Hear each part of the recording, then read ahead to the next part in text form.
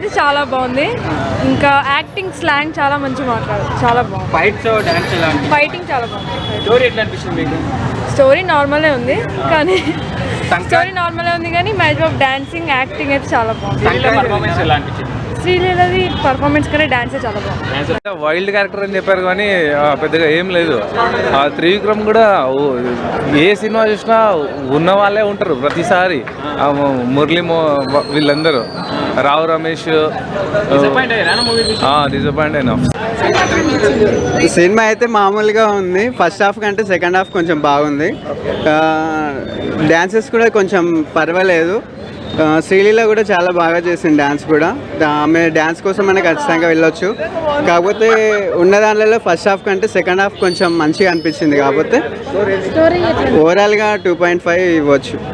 మా డ్యాన్స్ గీన్స్ కాదు, ఉట్టిగా ఫిగర్ చూస్తే చాలు, మామూలుగా ఉండదు అసలు. ఇంకా 30 ఏళ్ళు అయినా కూడా అదే గ్లామర్ మెయింటైన్ చేసేటట్లున్నాడు, మామూలుగా లేడు అసలు. ఎంత చూసినా అసలు మొత్తం 1 minute షో. బిజినెస్ మ్యాన్ ఎట్లా ఉందో సినిమా పడ్డ కానుంచి లాస్ట్ వరకు మహేష్ బాబే కనిపిస్తుంటాడు, వేరే వాళ్ళు కనిపించారు. శ్రీలీల గీలీల ఈ మొత్తం ఎన్ని లీలాలు వచ్చినా కూడా అసలు కని చూపు కూడా ఆ లీల దిక్కుపోదు.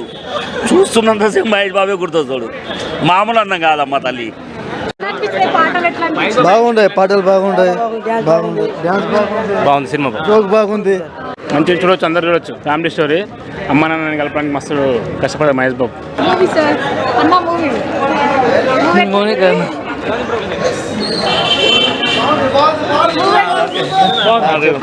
బాగుంది, సూపర్, మంచిగా అనిపిస్తుంది. యావరేజ్ బాగుంది బాగుంది. మహేష్ బాబు యాక్టింగ్